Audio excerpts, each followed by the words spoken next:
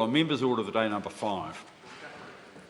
Electricity Industry Small-Scale Renewable Distributed Generation Amendment Bill, first reading. Mr Speaker, Gareth Hughes. I move that the Electricity Industry Small-Scale Renewable Distributed Generation Amendment Bill now be read a first time. I nominate the Commerce Committee to consider the bill.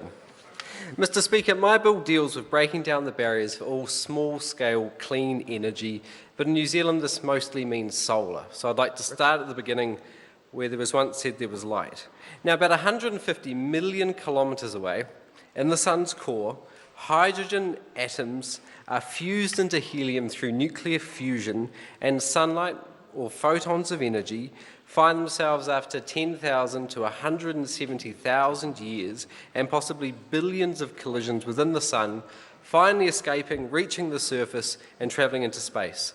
Those photons then travel at the speed of light, and over the course of the 8.3 minutes it takes to get to Earth, if it hits a solar photovoltaic panel on someone's roof, it's turned into free, clean energy.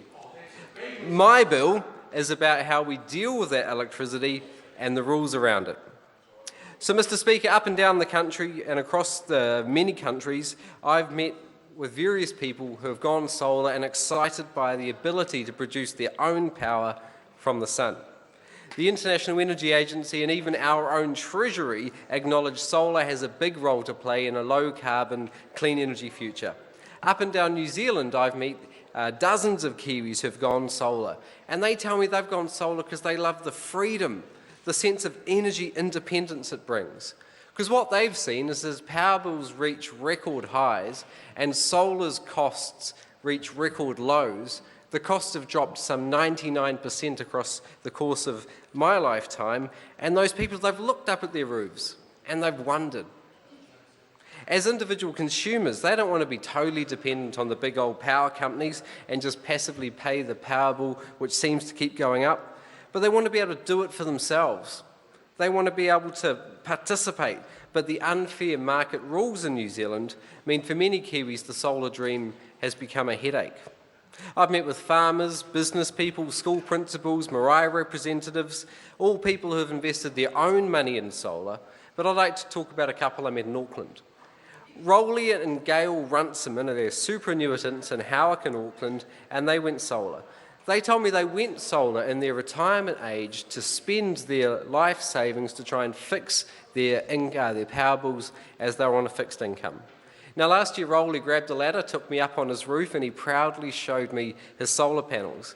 And what we discussed up there was how it was the power companies had all the power in the relationship, that they could set the buyback rate for his surplus energy that they then sold on at full retail price. We talked about how the power companies had recently slashed their buyback rate by 72% at short notice.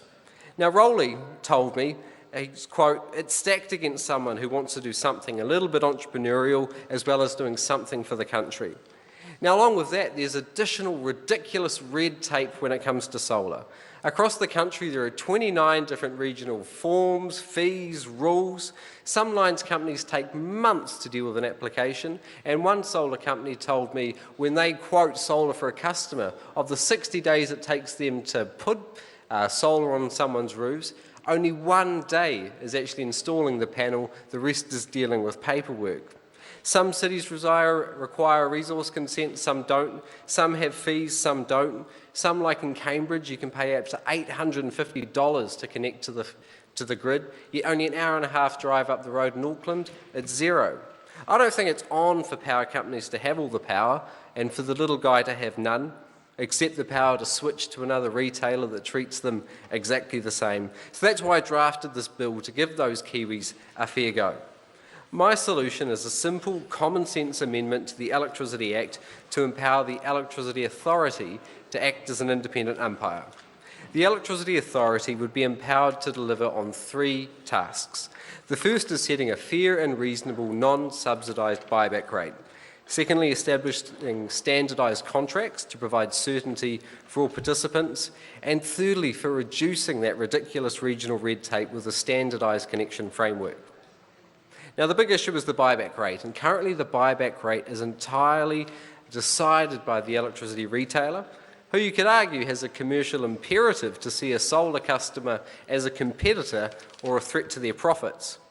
So if surplus solar is produced from someone's roof, those electrons automatically flow back through the grid and essentially are used by the neighbour or someone down the road.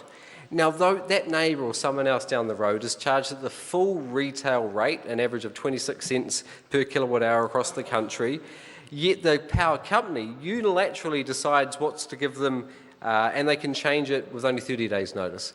Currently, this is as low as between 4 and 8 cents. It's entirely out of step with other countries, and it's incredibly unfair. Now, I don't think it should be politicians setting the rate, but I definitely don't think it should be the power companies, the ones with all the power, setting the rate. That's why I support an independent umpire. So I believe the answer is for the Electricity Authority to develop an understandable, a transparent and clear formula that is fair and reasonable. I don't believe this is about setting up households to compete with power companies. It's definitely not about trying to make fortunes via public subsidies for people going solar. It's simply about fairness and certainty. So my bill is trying to help those consumers, the schools, the businesses, the Marais, but I also believe it's helping the power companies because the power industry finds themselves at a crossroads in 2015. For 100 years they've grown fat by selling more power. That's been their business model. They've pushed it down wires one direction and they've thought about it like water pipe engineers, trying to get those electrons from point A to point B. But disruptive technology like solar, like batteries, like electric vehicles is asking them to think more like computer engineers. It's as different now as sending mail by the post as people sending emails over the internet. So my bill asks those power bosses a fundamental question. Will you fight solar or will you work with it? Because currently it looks like the power companies are scared of solar and they're actively trying to discourage those Kiwis trying to do it themselves. So if we continue those rules that give all the power to the electricity companies, we're simply going to force people to go off-grid with battery technology, leaving fewer people on the grid, raising prices, leaving more people to leave the grid, in other words, the utility death spiral which is being discussed so often overseas. Over the last recess, I was over in Silicon Valley and I met with Tesla to discuss their new lithium-ion Powerwall battery. I also met with Enphase Energy doing great R&D work in Christchurch who have teamed up now with Genesis Energy to offer battery storage solutions for Kiwis here. Now, the price of batteries is halving every 8 years, akin to Moore's Law, and what we're seeing is the ability to harness storage technology to deliver cheaper, cleaner, smarter electricity for everyone on the grid. So the choice is, are we going to work with solar and battery technology, or are we just going to force them off and see batteries as their ticket to go off-grid? My vision is 100% clean energy, a modern smart grid with customers in control, with customers having power, but this is going to require those electricity companies to think differently about their role. They have to think as energy service companies and care about their customers' needs and what the customers want, not just trying to sell more power down the wires to drive their profits. So I'm urging power companies to support my bill for a clear, fair and transparent regime for solar homes, or they may well just see their customers leave them. Ultimately, though, my bill is a vote on fairness. It's a vote for certainty.